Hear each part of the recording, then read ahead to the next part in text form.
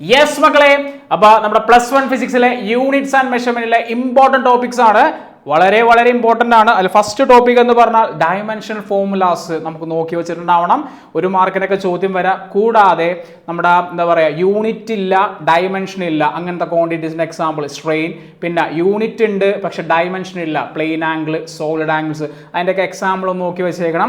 Then വളരെ important ആണ് principle of homogeneity of dimension. നമ്മുടെ ഒരു ഇക്വേഷന്റെ രണ്ട് സൈഡിലെയും ഓരോ ടൈമിലെ ഡയമെൻഷൻസ് ഈക്വൽ ആണെങ്കിൽ നമുക്ക് ഇക്വേഷൻ കറക്റ്റ് ആണെന്ന് പറയാം. അതുവഴി ഡയമെൻഷൻസ് കണ്ടുപിടിക്കാൻ ചിലപ്പോൾ ചോദ്യം വരാറുണ്ട്.